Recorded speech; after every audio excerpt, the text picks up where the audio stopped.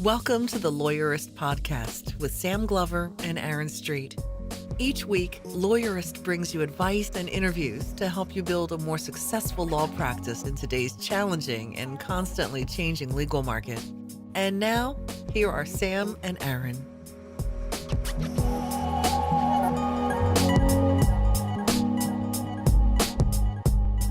Hi, I'm Sam Glover. And I'm Aaron Street, and this is episode 137 of the Lawyerist Podcast, part of the Legal Talk Network. Today we're talking with career change advisor Rikke Hansen about how to figure out when it's time for a change. Today's podcast is sponsored by Ruby Receptionists, and it's smart, charming receptionists who are perfect for small firms. Visit callruby.com/lawyerist to get a risk-free trial with Ruby. Today's podcast is sponsored by Clio Legal Practice Management Software. Clio makes running your law firm easier. Try it for free today at Clio.com. Sam, we're talking with a career change expert, my friend Rikke Hansen, today. And I think we have a reputation as like a place people go when they want an alternative legal career. Or they're disgruntled, maybe. Yeah. And I guess I can own our role in having had versions of that conversation for a number of years.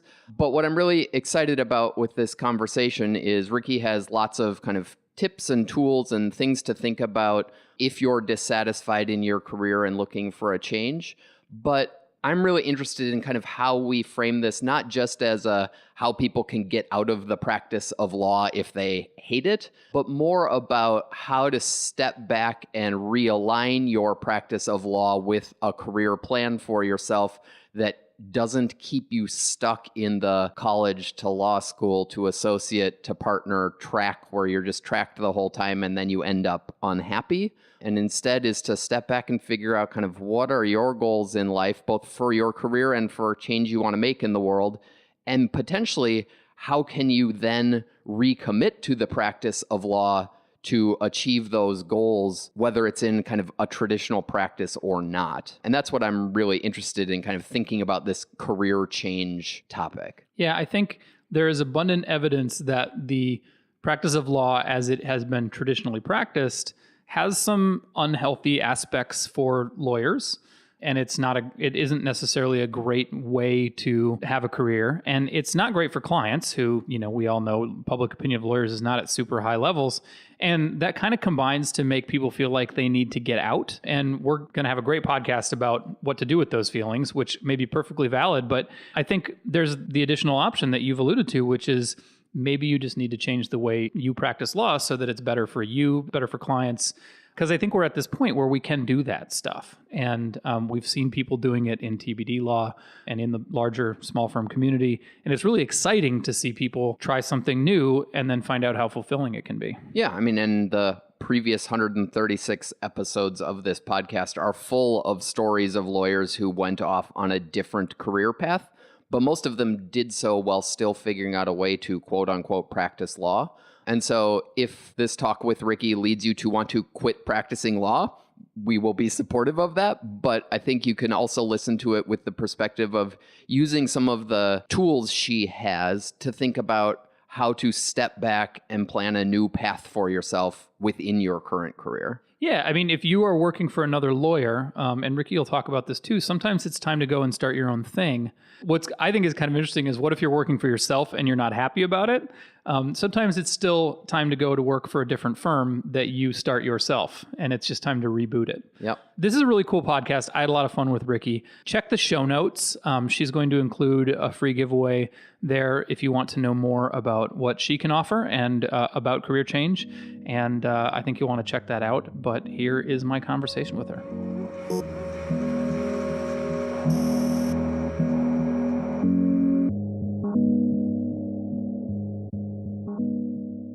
Hi, I'm Rikke Hansen. I'm a transition advisor, and I help smart professionals in their 30s and 40s change careers or start their ideal business. Hi, Rikke. Thank you so much for being with us. And say more about a transition advisor. Like, what sorts of clients do you have, and what does that mean? What is it that you actually do for them? One of the things that's really great about the world that we live in is that jobs and businesses that never existed before can exist now.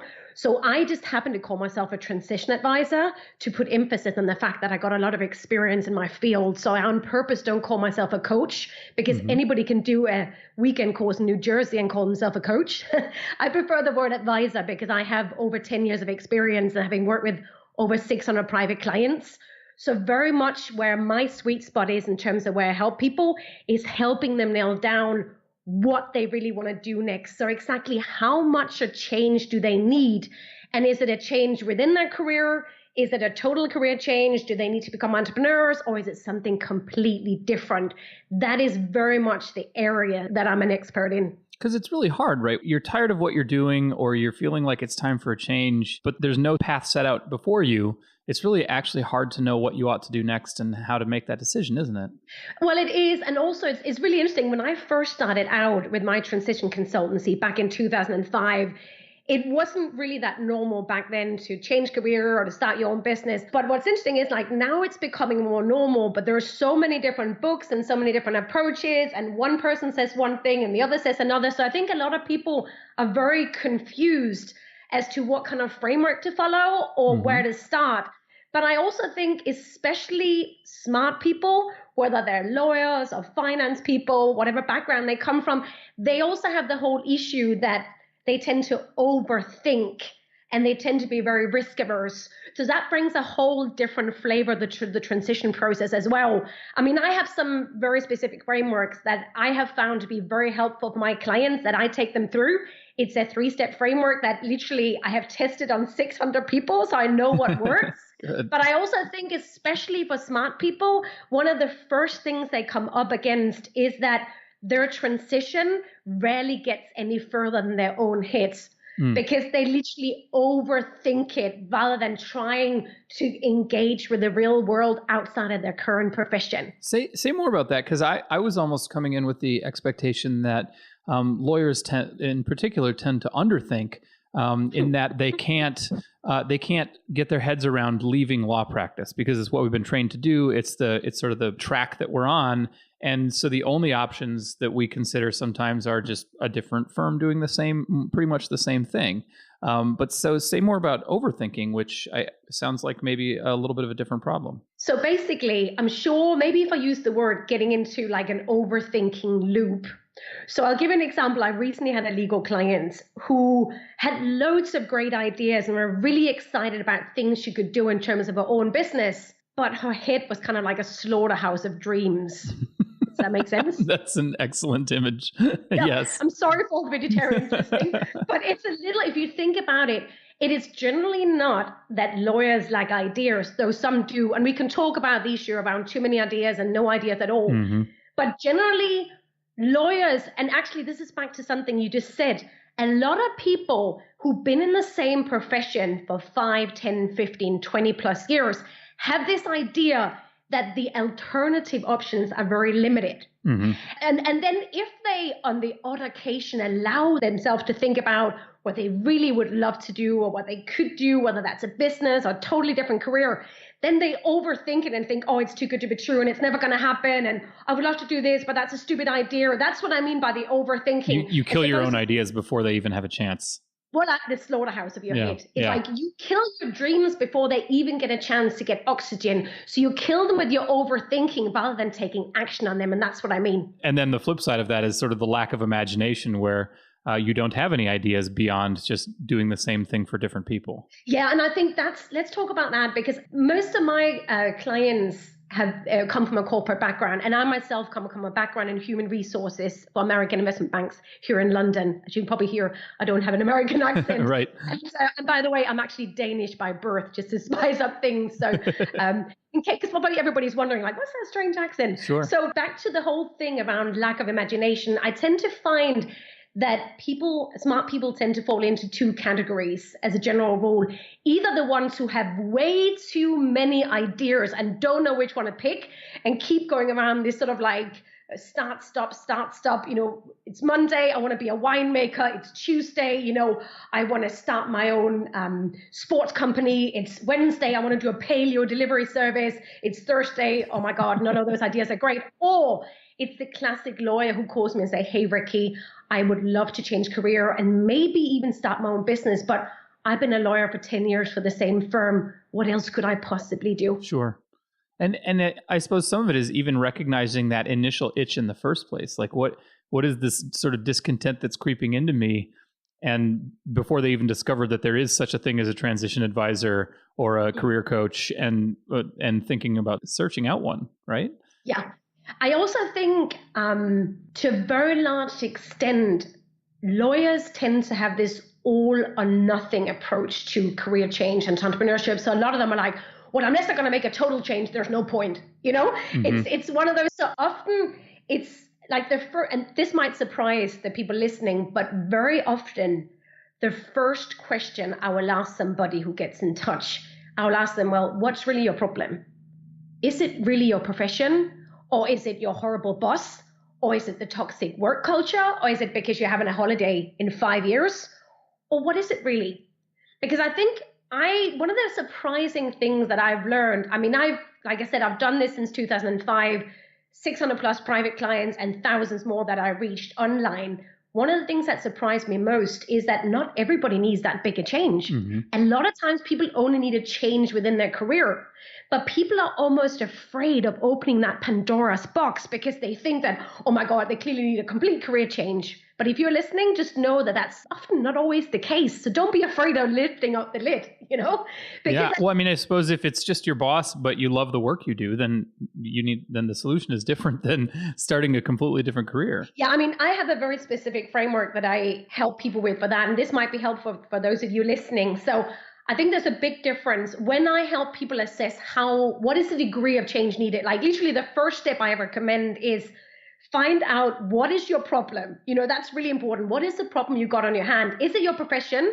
Is it really to do with innate factors to your profession? So things like the subject of law, the values that tend to be accepted by someone in that profession, your future, prospects, the training, all of the kind of things that wouldn't really change no matter how many job searches and changes you did. And even if you started your own company and that kind of things.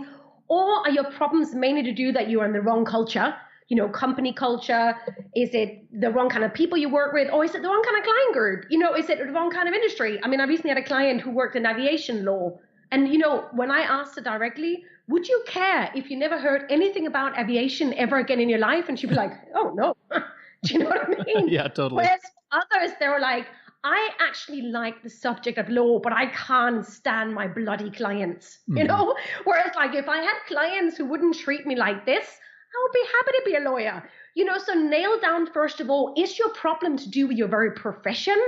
Or is it more to do with where or how you're choosing to practice your profession? That is step number one. Because one of the biggest things for lawyers is, and for professionals in general, is they're highly risk averse.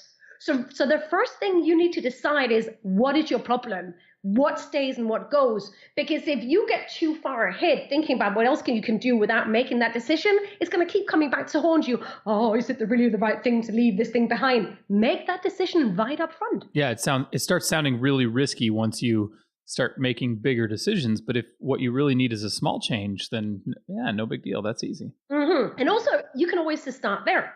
One of the things, especially for risk-averse people, whether you've been originally in a bigger firm, you moved to a smaller firm, or if you've been pretty much anybody who's been in the legal profession or classic professions for more than a couple of years, you're all institutionalized. It's this kind of like, thing for life, and it's a safe bet and all of this kind of thing. It's taken for granted almost that you're crazy if you're even thinking about leaving. It is a little bit of a cult if you think about it, the legal profession, right? It's like in it for life, And also, when you are a lawyer, you are paid to look for risk. You are paid to do due diligence for every single little detail that could go wrong in every alternative universe, including this one. So you go into your career change with that very same mindset. And that makes it very hard for you to think straight and to really look at the bigger picture.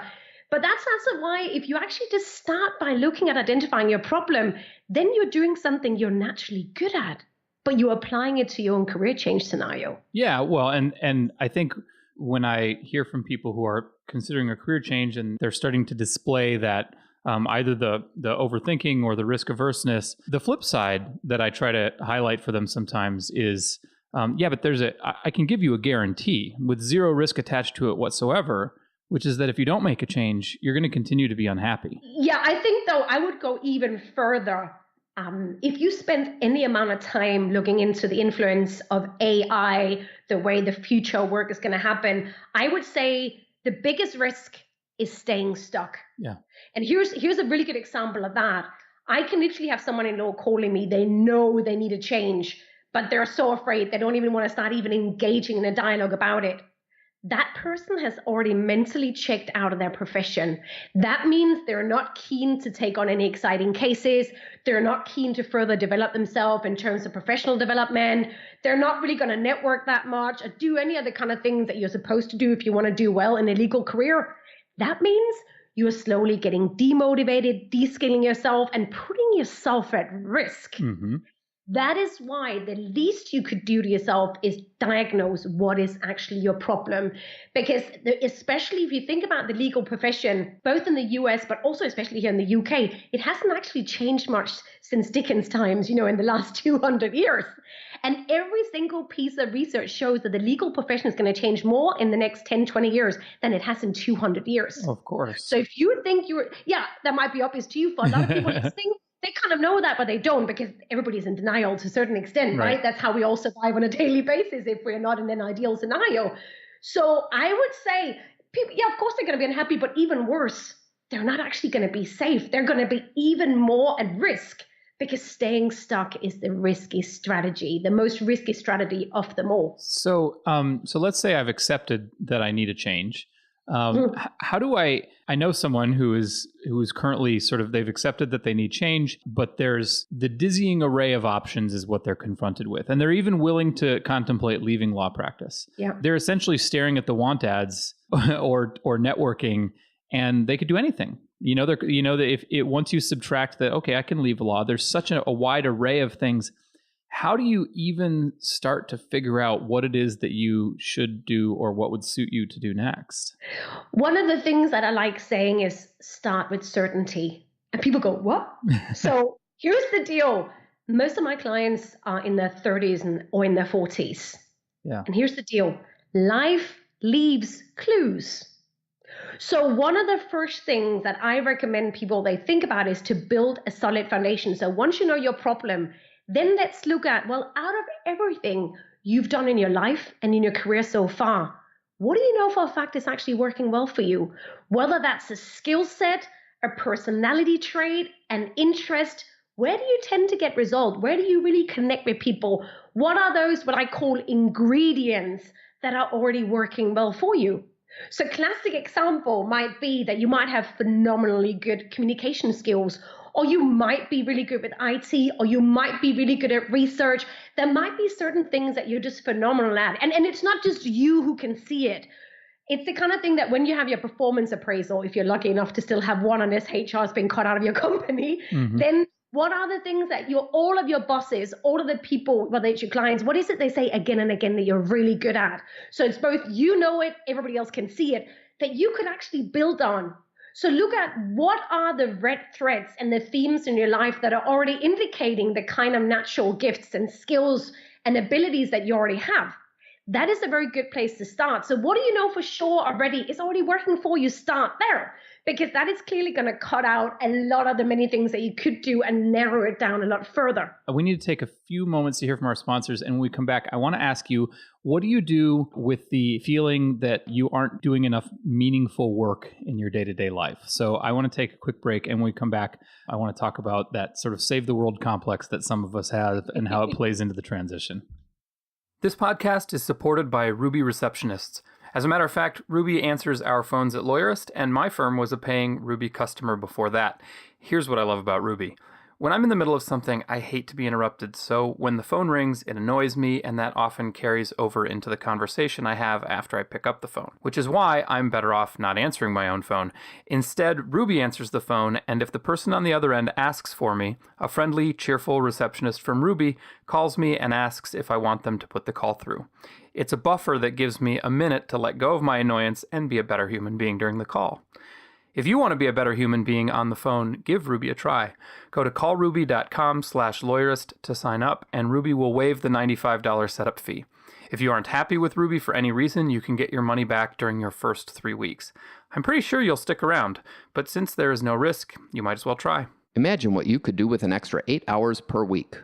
You could invest in marketing your firm, you could spend more time helping clients in need, or you could catch your daughter's soccer game. That's how much time legal professionals save with Clio, the world's leading practice management software. With Clio, tracking time, billing, and matter management are fast and easy, giving you more time to focus on what really matters. And Clio is a complete practice management platform with plenty of tools and over 50 integrations to help you automate daily tasks such as document generation and court calendaring. See how the right software can make it easier to manage your practice. Try Clio for free today at clio.com. Okay, and we're back. And Rikke, that is kind of maybe a big question that I left us with. But, some of us have this idea that we need meaningfulness and we kind of need to save the world in our careers. And when you're facing a transition, I think that really comes up as, well, if I'm going to make a change, I need to have a greater impact on humanity.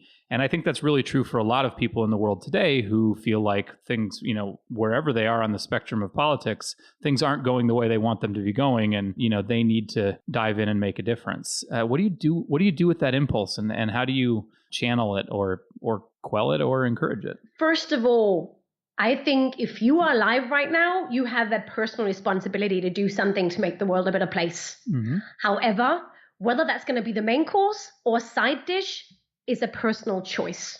And what I often see is that when people have worked in a highly corporate environment for most of their career or for their career so far, a little bit like I said before, they almost feel like all or nothing. Well, if I'm going to change career or if I'm going to start my own company, then I'm going to go all the way over to the other, part of the world and change, go save children in Africa or, eradicate AIDS or something like that. And I think at the end of the day, if you look at people who are truly successful in terms of solving the really big issues that are facing humanity and the ones who really also love what they do, it tends to be because there is a natural match between the skill set they have and the people they're trying to help.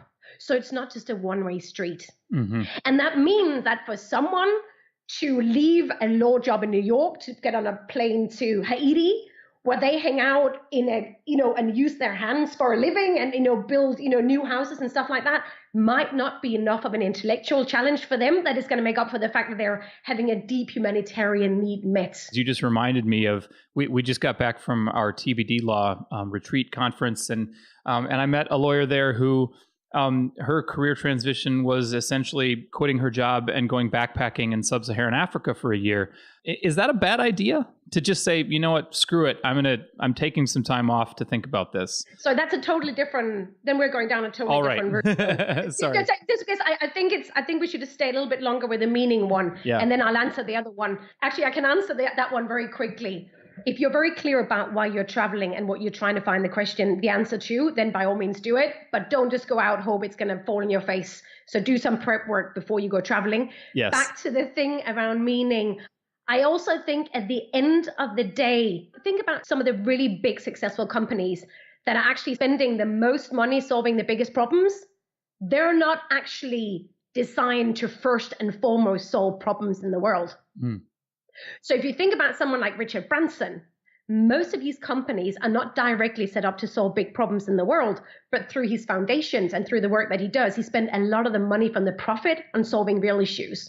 So I would argue that you don't have to do something for a living that has the purpose of either your career or your business doesn't have to be directly to do with solving a big problem in the world, but a lot of your profit, or at least a certain percentage of your profit should. Does that make sense? Yeah, that makes a ton of sense. So I think be very, very careful with this one. And by the way, it's something like literally, especially lawyers, when they call me, it's like, I feel like I want to do something more meaningful. I want to make a mark in my world. And that's like the people in their 30s and 40s. The millennials are even more out there. Yeah. In terms of, God, if I don't feel like I'm saving the world, the day is not worth it. Let's get realistic, both in terms of where can you actually have the biggest impact? and what makes sense to wait, because it has to work for you. There's no point in you leaving a low job behind to go and be really unhappy as an administrator for Save the Children, right? Yeah. You are much better off, unless that's right for you, and so be it, but you're much better off, deciding what is the right career or business for you. And then decide, well, does your ideal job description or your ideal day match with a charity or with something that's mainly aimed at solving big problems in the world? Or would you rather have that being the focus of where you spend some of your profits? So you can have it either which way. It's not just by going hands on in Africa that you can solve the problems. And I think this is something we see more and more examples of really profitable companies realize that they can actually help even more because they have a commercial side that is making more money from them than a lot of charities, they can by the way they're set up. So they don't have to be mutually exclusive. And how do you think about, once you've identified something you want to do, something you want to take part in, how do you make the decision? Do I apply for jobs? Do I try to create a job within an existing company or nonprofit? Or do I just say screw it and go out and start my own business? How do you decide which of those is going to be right for you? Well, first of all, I saw this quote the other day I thought was fantastic. And it said, performance equals knowledge. I would exchange that with action equals knowledge. Again, you can't think your way through to these things. Mm-hmm. So you need to do what I call test driving. There is a very big, and also some things you don't even need to test drive. So for example, a lot of people might not enjoy a nonprofit culture unless it's a very modern nonprofit that has a lot of varied IQ working in that particular nonprofit. I'm saying this from a lot of experience. A lot of times you will have lawyers going to work in nonprofits and they really miss the IQ of the people they used to hang out with. To a certain extent, because it tends to be very administratively focused. So a lot of it tends to be just admin workers or office workers. So, by just thinking through what the reality of your day-to-day is going to be like if you go join a nonprofit, you can quickly see whether it's right for you or not. Does that make sense in terms of the IQ of the people you're going to hang out with, the kind of work you're going to hang out with? If you're a lawyer, you might not want to go into an administrative position, right? So that one is already, that one you can think through to a certain extent. But also in terms of, if you're thinking about starting your own business, what can you start on the side, even whilst you're already working in your law job? So whether that's a blog, whether that's a pop-up shop, whether it's doing events or experiences on the side to test drive whether you actually like it or not, because that is something you need to feel on your own body and have a full body experience of, so to say. So that's one of the things when it comes to the final step, which is all around, designing and launching that ideal business. You've got to look at what are the ways in which you can actually test drive it before you make the jump. Because the reason why most people, they end up staying stuck in jobs and professions they hate is because, again, like I said to you, they overthink. Their ideas never get further in their own head. So what I recommend that you find a way of test driving the idea for the business or the profession you're going into, whether it's even things like volunteering or networking with people in a certain profession.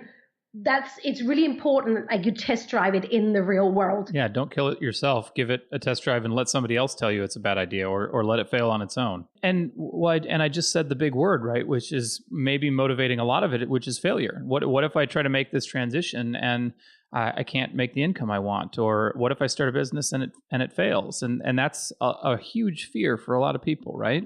Yeah. Well, to be honest, let's be fair. Every morning, I'm almost like a Woody Allen right now. Every morning you get out of bed, there's a real risk that your day is going to be a failure. Yeah. But the thing that I always say to my clients, there's a difference between a failure that's worth it and a failure that's not.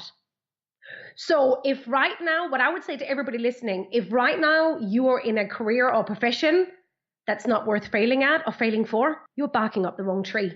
Gotcha. Right? Yeah. So I've had my own business now since 2005. And like I said, I left a very successful career in HR for American investment banks behind to start this. And, even though, having had that for 10 years is actually quite a massive success, but it doesn't mean that, next year I'm not going to have a crap year and I'm going to fail somehow. But it's worth it. I absolutely love what I do. And it's a little bit like, think about it like marriage. I always give that analogy. If you want to fall in love, you're going to have to risk rejection. you're going to have to risk failure. But all the best things in life come with that. You know, you got to risk some to get some. So it's one of those things, you know, what I would say instead is, well, what's really worth the risk? Is it where you are right now, or is it going for what you really want? So we touched on step 1, I think. Did we get to step 3? You fast track, which is what most people do. Oh, did we skip step 2? Yeah, we did, but that's okay. Let's go back to it then. But the thing is, that will generally sort itself out, because if you haven't done step 1 and 2 properly, you'll fail at step 3 because you haven't done the proper groundwork. So just a reminder that where you really start is by, first of all, nailing down what is actually your problem. Yes.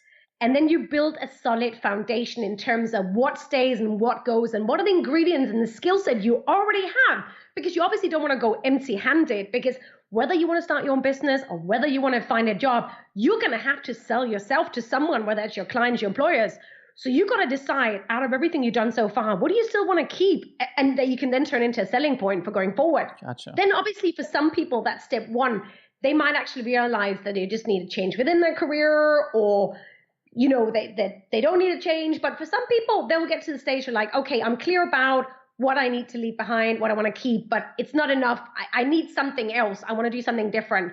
Then step 2 is actually to curate your missing ingredients. So what are the missing ingredients that you still could be looking for? And also, what are actually your options? Because one of the biggest things, and you touched upon this at the beginning, is that most professionals, they literally don't think they have any options because they've been in the same industry for so long. So that's really where you need to, I almost call it think like an entrepreneur. You know, an entrepreneur doesn't think that their past has to dictate their future. Mm-hmm. And that's what I really recommend everybody listening right now. Just because you've been in a profession for 5, 10, 15 years doesn't mean that there is only a limited amount of options available to you going forward. Even though it's going to still take a while for this to change in people's head, if you look at it, the profession, the era of the profession is kind of over. Mm-hmm. Think about the amount of new job paths, career paths, business paths that are literally like being created every day. I mean, just something crazy like social media manager, or, you know, all of these crazy AI jobs coming out, or, you know, YouTube videos, that all these crazy things that like 5, 10 years ago, nobody could have predicted, you know, 15 years ago. Sure. So what we're looking at now is what I call more of a curating your ideal career, curating your ideal business. And that's a matter of looking at, okay, now I build a solid foundation. I already got a number of ingredients, but what's still missing? Do I need an ingredient that's around more meaning? Do I need an ingredient that's around a different subject?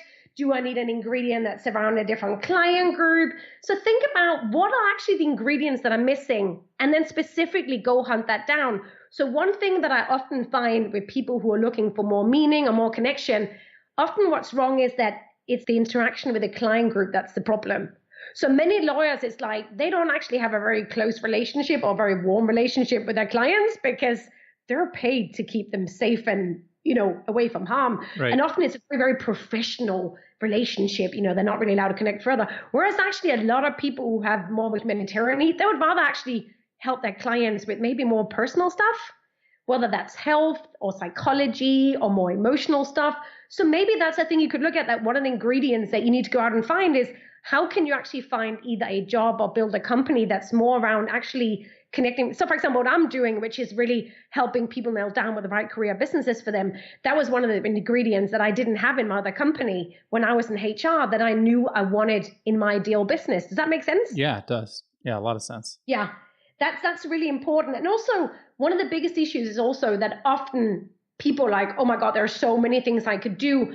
But if you just think about ingredients in terms of buckets, like one bucket is who do you want to work with? Another one might be where do you want to work and under what circumstances? You know, is it freelancing? Do you want your own business? And also, here's the deal. A lot of people are very afraid of the word entrepreneur, because what do you think about when you think the word entrepreneur? You think really intimidating people like Steve Jobs and Elon Musk and Ariana Huffington and, you know, Richard Branson. And how does that make you feel? It makes you feel like a nobody, right? You're right. And I think it's really important. Like one of the things I'm really big on is like, let's make entrepreneurship a little bit more relatable. Because I think it's like, people almost like put entrepreneurs on a pedestal, and as everybody know, it's like we're nobody special, but what we do is special because we just take action. Even when nobody tells us to get out of bed in the morning, we still get out of bed, right? Yep. So when I do webinars for one of my online courses, I often put up this slide with this like miniature person, this, I don't know if the small people, it's like an Instagram account with like this guy who goes all over the world and puts small people in all kinds of different scenarios. There's miniature figurines. And I'm like, is this how you feel when you hear the word entrepreneur? And everybody goes mad, like, oh yeah, I thought it was just me. It's like, I really want everybody listening. It's like, I promise you, you do not have to be anybody special or anybody gifted or genius. And you don't even have to do anything disruptive or something that never happened before in the history of humankind. You just have to do something that solves a real problem in the real world that people want to pay to have solved. Well, and I feel like I increasingly talk to people about what they want to do next. And because this comes up at our retreat, it comes up when I talk to other lawyers, and they talk about what they want to do next. And then, but there's no job, there's no application that they can send. And you just have to go out and do it yourself. And if there's something that needs doing and it meets your skill set, maybe you just have to go out and do it yourself. And there's a scene, maybe this is too obscure for current culture, but in Indiana Jones and The Last Crusade, where he's trying to cross this chasm, and he closes his eyes and takes a step as if he's about to fall off the cliff, and instead, all of a sudden, there's a bridge there. And I feel like that. Dude, I'm a child of the 70s. Yeah, okay. I know what we're talking about. Yeah, and I feel like that is actually a good image of what it's like to start a business. It feels like jumping off a cliff, but there's a bridge there. It's not so bad. No, and also what I would say, if you don't have the skill, hire it. One of the things that holds a lot of people back from starting their own business is they think they have to be so self-sufficient. But the fact is, we have a global marketplace now. Just think about it. If right now, even just you and I could literally start a company right now where none of us have any experience or skill, because we could go onto Fiverr.com, or we could, find someone in the world who has their skill and pay them to do that for us. So what's really crazy, and also at a really good price potentially, right? Because now, and this is also why you should worry if you don't like what you do, because your skill set might be cheaper somewhere else, huh? So if you have an idea for something, but you think, oh, but I got no experience and I don't have the exact skill, don't naturally think that you have to go back and retrain for that skill. You can hire it straight away.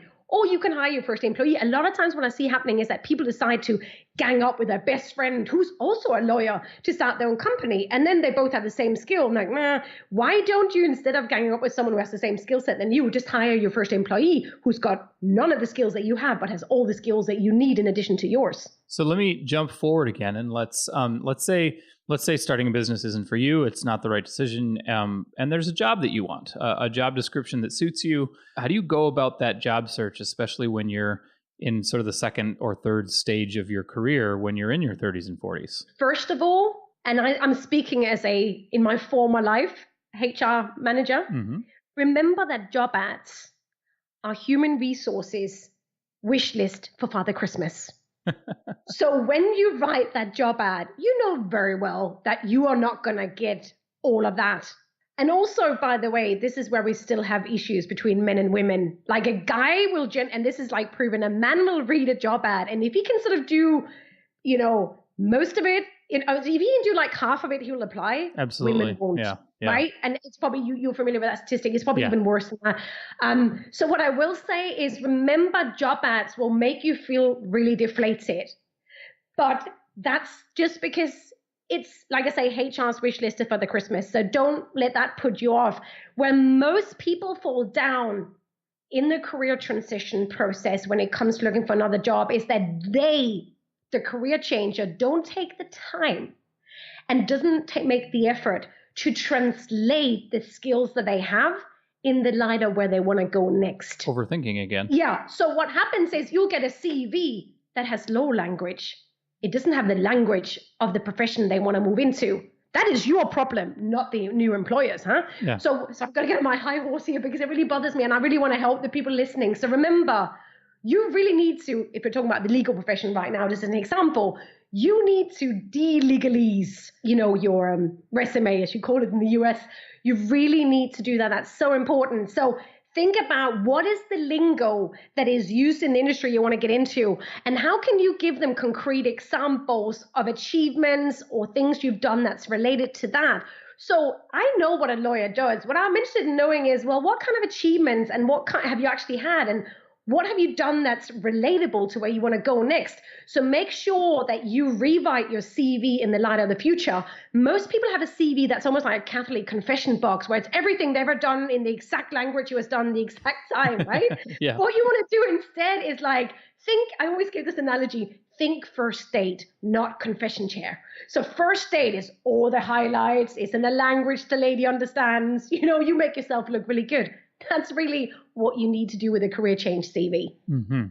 And what about the jobs that aren't really advertised? Especially when it comes to small companies, I find that, and when you're aiming, lots of lawyers are not aiming for entry level jobs or even mid level jobs. They want to skip up to the top and help run a company or take a C-level position at a small company. And those jobs aren't always advertised. How do you go about networking for a job? First of all, I know it's a massive issue in the UK. It's also an issue I know in the US. The word networking is just terrific. Yeah, it is. It sort of makes people just think like, American Psycho, here's my business card kind of thing. Right. Another reference there. And so what I would like for you to think about is that one of the main reasons why you want to change career is because you want to work with people you actually enjoy working with. And you actually want to be around people like yourself. So that means if you're going into an industry or trying to target companies where that's not the case, you're probably barking up the wrong tree. So what you should want to think about is making friends. That's what I think about instead of networking. That's what I tell people too. It's just making friends is the best. But think about it from the position of, you should not want to go somewhere and hang out if you wouldn't actually want them to be your friends in the first place. Mm-hmm. Does that make sense? So there's that one in addition to that. So I rarely recommend that people, you should definitely not rely just on job ads, because you can wait a mighty long time, especially in the current economy. What you want to look at is, let's say you want to move into a certain industry. Where do the kind of decision makers when it comes to hiring hang out? Do they tend to hang out in certain conferences or even certain bars and restaurants or events, or even better, where do they tend to volunteer for good causes where you can go and meet them because you're volunteering too?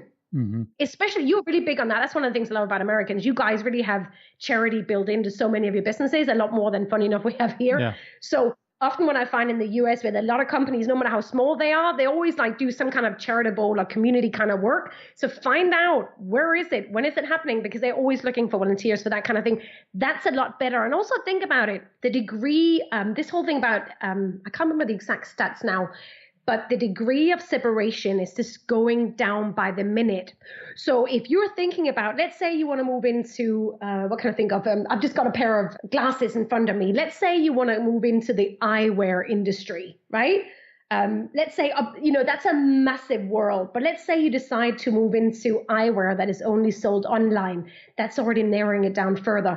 Let's say it's eyewear, the kind of glasses you can wear when you work with your computer, the sort of light blocking eyeglasses. Yeah. Let's say you nail it down to that niche. Then that's a lot easier to find out, where do those people hang out? What kind of online groups do they have, offline groups? Who are the influencers in that field that I can connect with, get in front of?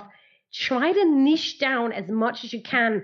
And also remember that often smaller companies that might not have sexy, well-known products or names yet are easier to get in front of and might give you more of a chance. Sure. So often one of the things I see, and this is especially the case if people have a big name on their CV, either now or before, is that they tend to sort of be a little bit snobby, as in, but that's like so-and-so, nobody's heard about them. That doesn't matter. You already have stuff on your resume that shows you work with the big guys or the big ladies. So now it's okay to actually go to a smaller firm to get your feet in the ground, and it's a win-win scenario.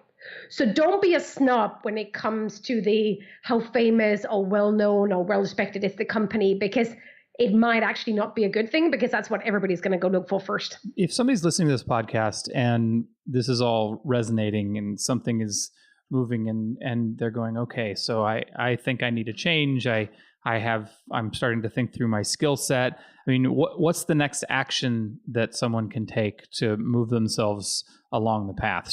And I guess maybe maybe the next thing to do is decide whether or not to go and hire a transition coach or advisor. How do you make that decision? Can you do it yourself, or do you need help? Well, here's the deal. Everything that is possible to do in the world, you can do by yourself potentially. Yeah.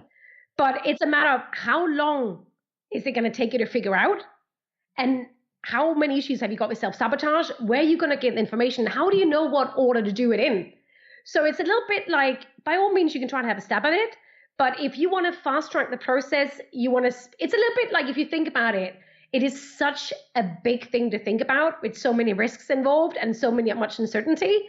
So you might want to speak to someone who does this stuff for a living. And I suppose if you are feeling overwhelmed or you just aren't sure how to take the next step, then that's probably the ideal time to talk to somebody. What I would say is a lot of people waste so much time, like I said, overthinking.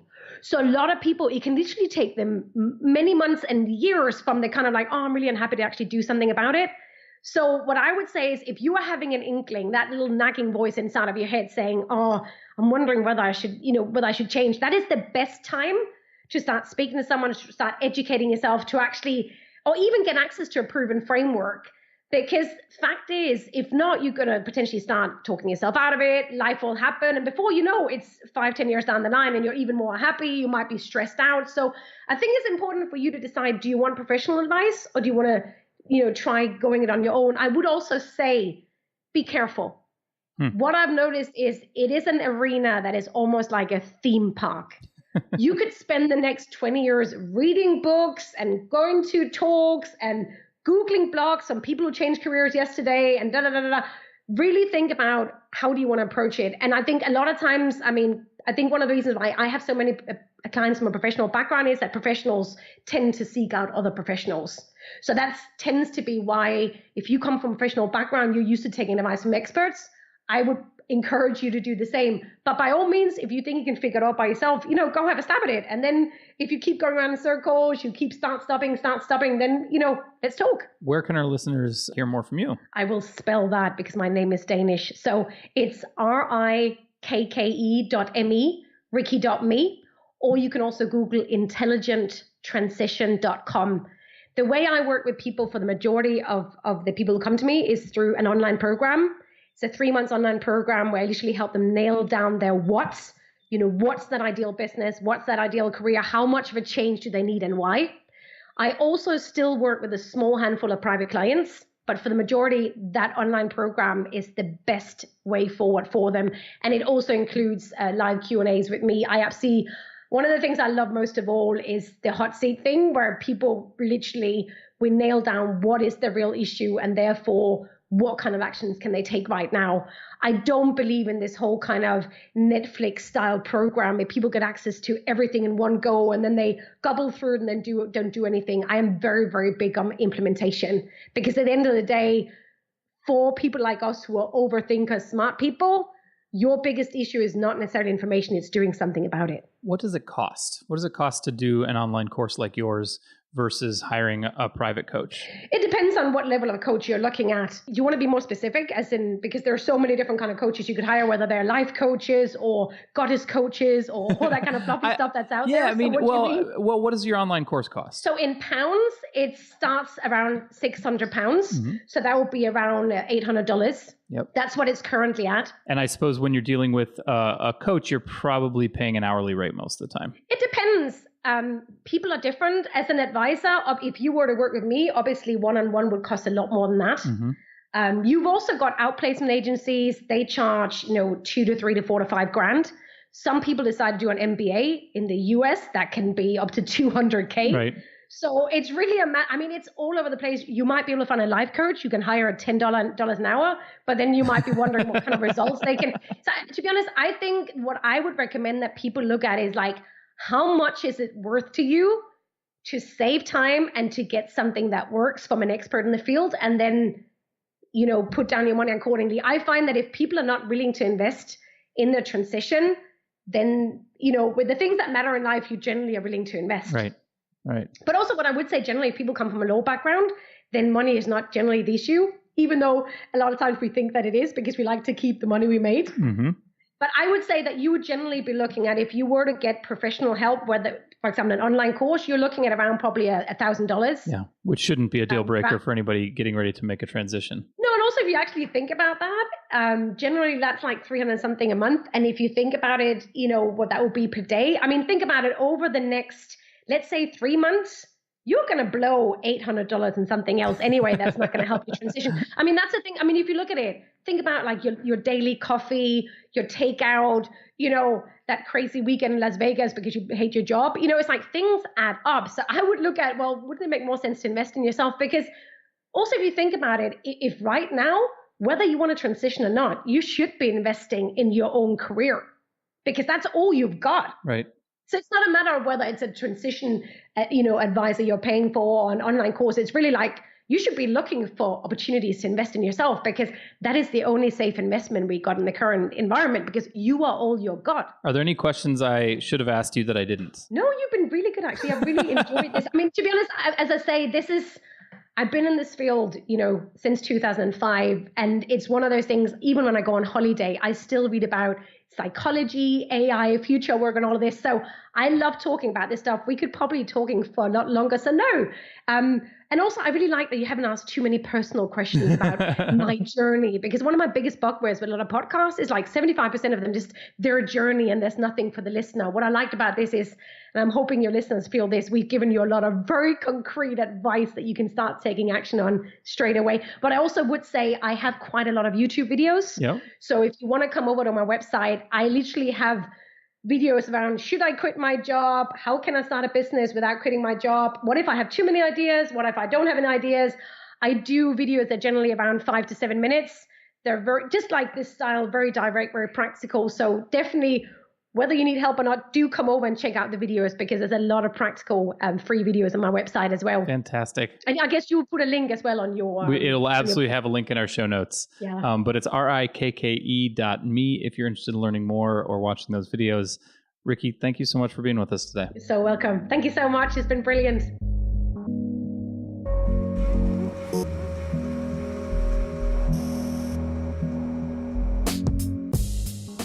Make sure to catch next week's episode of the Lawyerist podcast by subscribing to the show in your favorite podcast app. And please leave a rating to help other people find our show. You can find the notes for today's episode on lawyerist.com/podcast. The views expressed by the participants are their own and are not endorsed by Legal Talk Network. Nothing said in this podcast is legal advice for you.